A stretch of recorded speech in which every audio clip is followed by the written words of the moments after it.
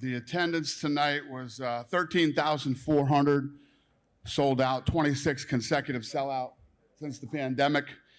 Fight of the night, no-brainer, Jan versus O'Malley. Performance of the night went to Bilal and Islam.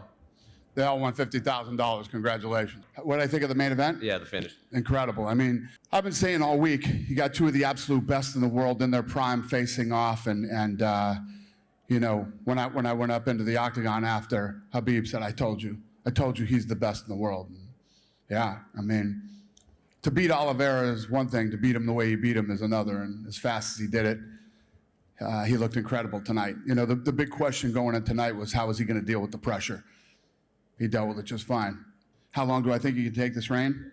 I don't know. That remains to be seen. You know, obviously, looks like Volkanovski's next, so, you know, Volkanovski never ceases to amaze me. Another incredible fight. Did you know he was going to call out Volkanovski? I did not, no. So that... When I was up there, Habib said to me, we're going to fight all the time and we want to fight everybody. Were you aware that TJ Dillashaw had that shoulder injury leading up to the fight? I had no idea. That's a problem. Yeah. How do you think the Athletic Commission could have missed that? Because he said it had been dislocating a lot throughout training camp. Yeah. Well, I mean, how could the Athletic Commission know if he doesn't tell us? You know what I mean? You got to tell everybody. You got to tell us. I mean, he looked good. He was in great shape. It's not like he came in out of shape. He looked like he was injured or whatever. But yeah, that's something that he should have told us. Does Sean fight Aljamain now? Yeah. I don't know. I mean, you know, I don't make fights, and the fight just happened. We'll see what's next. And finally, what did you make of Bilal Muhammad's performance? Another victory over a guy ranked below him. Performance of the night. Yeah, he looked great. He looked incredible. What did you think of Sean O'Malley's win? Yeah, well, we discussed this going into this fight. Lots of people were like, you know, why are you giving him this fight? It's too soon. He shouldn't be taking this fight. Sean Shelby was right. Did you think he won the fight? Some people are saying Peter Yan should have got the decision, but did you think O'Malley won? How did you score it? It was one of those razor-thin, close fights. I could see people saying Yan won the fight. I could see people saying O'Malley won the fight. It's all. What's weird is it wasn't the way I thought it was with the judges' scorecards. I thought, depending on who you gave the first round to, determined who won the fight. But that was not the case, apparently. There was an incident cage side with Khamzat Chimaev. I don't know if you've heard about that, and if you have, what can you tell us about it? The guy, you know, boy, I mean, what do I even say about that? It happens, and especially with him. Yeah, it happens. But as far as like blowing up, you know, I think I don't know. We'll have to see the next couple weeks. I'm sure my brand deals and I would almost guarantee I'm gonna go sit down and renegotiate my contract after that. So, you know, we'll see. I think it could be. Best of luck and happy birthday. Thank you, guys.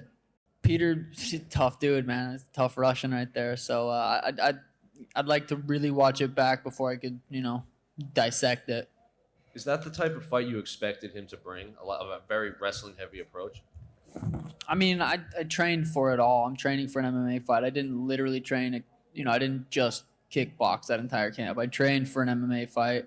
When you were in there, did anything he bring to the table surprise you or just catch you off guard? You know, he was as good as I thought he was. Like, if I had to guess how that fight was going to play out, I would have said it probably would play out like that. That dude's good. He's, he was the number one guy in the world. Pretty sure he was in the top 15 pound for pound rankings. The dude's a killer. I'm sore. I have a headache. I'm tired. I don't want to fight anyone. I want to go home and see my princess. It's inevitable. I turned 28. What's today? The 23rd already? I turned 28 tomorrow. Happy birthday. Thank you. I'm going to be in this sport for a long time. You know, the people want me to be champ, so it's going to happen sooner than later. Charles, obviously you've had a couple of minutes now since the fight. I'm curious, what are your thoughts about your performance, Islam's performance, and how it played out in there tonight? You know, there's not much to say. He basically just got to do what he was. Today he was better than I was. He was able to do things and when I wasn't, and he was able to actually, get his game going, which was basically, put me down and work that. And there's nothing much to say. as much as that. But was there anything in there that he did that surprised you? Was his striking surprising to you? Was his strength surprising to you? What was his? Were there any surprises? You know, there's nothing. We're fighters. That's bound to happen. There are days that, I mean, today Islam Makhachev was better than I was, and there are days that you're gonna be better than other people. There are days that they're gonna be better than you. Nothing much to do, and we're going to meet again. Would you like to get back in there and fight again as soon as possible to prove that you can once again be champion? Today, tomorrow, now. I mean, I'm ready to fight. It doesn't matter. I said just like I just mentioned. One day he's better than you are. The other day, it's me. I can fight as soon as possible. And today he was better than I was, but maybe the next time. And next up, as soon as possible, I can fight. You saw Khabib go up to you after and have a conversation after the fight. What exactly did he tell you? Man, this is a sport that we know exactly what it's all about, and we actually have to promote fights. And this is what we did. This is exactly what we did, and we understand that the things that we have to do to promote them. He came up to me and just basically said that everything was just promoting the fight, that he had respect for me.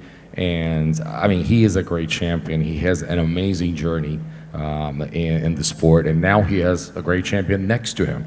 And all he was doing is basically saying that he respects me and that it was all part of the game, and that's what it is. You know, man, no one's ever gonna hit me as hard as life has hit me. So, fell down, and I'm gonna get up, and I'm gonna get this belt back.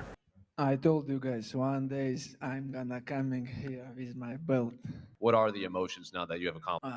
Emotion, of course, I'm so happy because for that moment I training all my life and just so happy, you know. It seems like you dominated pretty much every aspect of the fight. Is that exactly how you expected this fight to play out?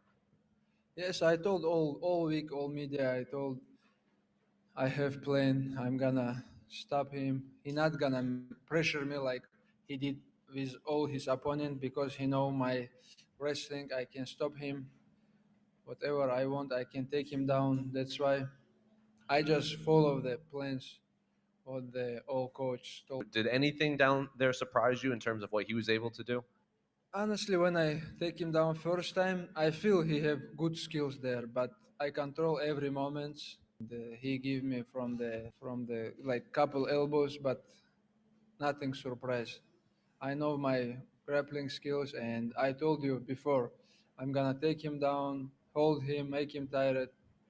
This just what I did and what I say before. And then you obviously called Alex Volkanovski into the octagon. We spoke to Dana and Alex here, and neither of them knew you were going to do that. So how long had you been thinking of this plan?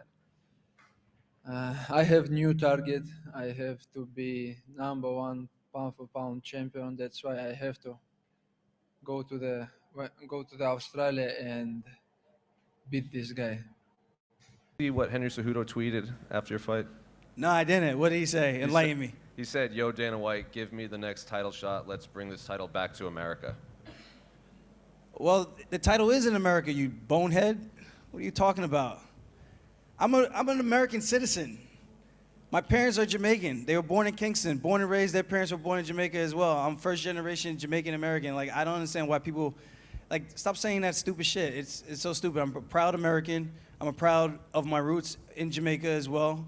I don't see why that's an issue with so many people to claim where their nationality is from and their heritage and how they're actually raised in their upbringing. America has given me a lot of opportunities, and I'll forever be grateful for that, but I'll never forget my roots and how my parents raised me, you know? So I don't know what he's talking about bringing back to America. The belt's in America already, baby. It ain't going nowhere. These guys give me the confidence to know that I truly am the best in the world, and I think my performance tonight speaks volumes on that. But now that you finished TJ Dillashaw, the man who claims that he was the greatest bantamweight of all time, where does this rank for you in your career?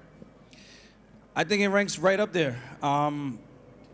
TJ, I mean, his resume speaks for itself, albeit I've said what I said about him. I really don't think he did any of those fights clean. I still will stick by what I've said, and not to kick him in while he's down, but I think he's still one of the greatest bantamweights. I don't think he's the greatest of all time, but I think he could make the conversation and he would be in that discussion.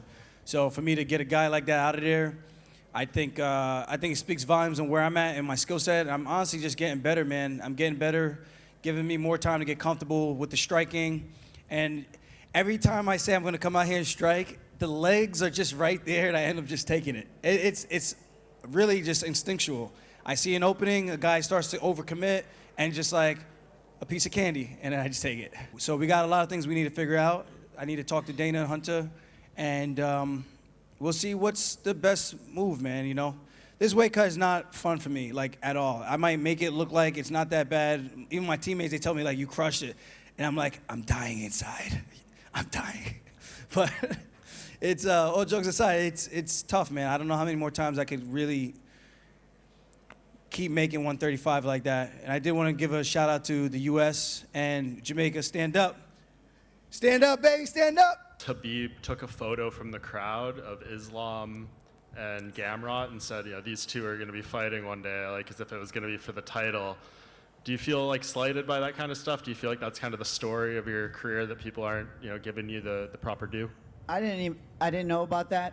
And honestly, maybe he's right. Maybe they will. Young guys, you know, I'm 50. I'm just kidding. Maybe he's right, but here's the thing. I'm not going anywhere. I will beat down whoever I need to beat down, and they could circle that belt around me all they want. They could try to avoid me all they want, but my day will come, and what God has planned, no one will stop. And I know you said you're not a beggar and you won't do that, but where is the line between begging and asking for what you feel you deserve? Listen, if that didn't do it, what else can I do? If that performance, beating a guy like Gamrot, who some say he's undefeated, and you know he was undefeated coming into this fight, like beating a guy like that. Obviously, I didn't finish him. He's a lot tougher than I thought. I got kind of close in the last round, but if that's not the proper way to ask, I need somebody to tell me how I should be asking, how I'm doing this wrong. Because if we're talking about merit, I don't think there's anybody else. Yeah, for sure. I definitely do think I need the Leon fight back. I've been wanting that fight, I've been calling for that fight. Even with that fight, it was like people were saying that you didn't. I took that fight in like a week notice, and it was a main event. So people don't understand that coming off of a fight with Lima and then running into that camp with him, and it's like you're going from a righty to a southpaw. There's no training for that camp. So like, give me a full camp to fight this guy, and it's a different story. And that fight was only one round. So for Leon to always say that, well, the rest of the fight was going to go that way. Look at his fight that he just had with Usman. He was losing 4 rounds, and then he ended up winning in the 5th round. So that's the fight game. So when people come up with that narrative like, oh, you're going to lose anyway, that's just stupid. And little things like that, that's what pisses me off and makes me angry. Hamzat was in the crowd. Did you get to see him at all? Yeah, I saw him. He was eating like Snickers and Kit Kats. I'm like looking at him like, bro, when are you going to start being on a diet again? No, I actually didn't see him in the crowd, but I would like to see him in the cage. What's your message to him? You know, he watches all the stuff. He's always, you know, liking the Instagram posts and things. What would be your message to him? Brother, what happened to Nate Diaz in August is Bully B in October. I'll fight you at 179.8. Like, I don't care about weight. For me, I want to fight the best guys in the world, and I think I'm the best guy in the world. So step into my office.